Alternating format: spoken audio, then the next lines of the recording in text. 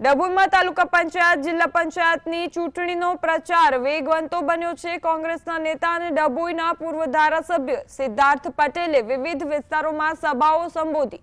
તાલુકામાં સિદ્ધાર્થ પટેલ પ્રચારમાં સક્રિય બનતા કાર્યકર્તાઓ અને ઉમેદવારોમાં નવો પ્રાણ ફૂંકાયો।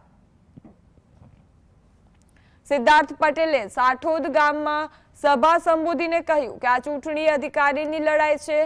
તેમણે ધારાસભ્ય શૈલેષ મહેતાનું નામ લીધા વિના કહ્યું કે અહીં ડર, ભય અને દબાણથી અધિકારને છીનવી લેવાનો પ્રયાસ થઈ રહ્યો છે। ડભોઈમાં ફોર્મ ખેંચવા બાબતે કોંગ્રેસે ભાજપ વચ્ચે થયેલી ઝપાઝપી બાદ બિનજરૂરી આક્ષેપો કરી કાર્યકર્તા અને ઉમેદવારો વિરુદ્ધ ફરિયાદ કરાઈ છે તે લોકશાહીનું અપમાન છે।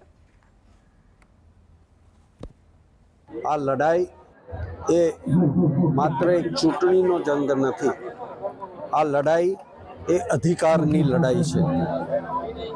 દરેક વ્યક્તિને પોતાની પસંદગીનો ઉમેદવાર ચૂંટવાનો અધિકાર છે, એનો બંધારણીય હક છે।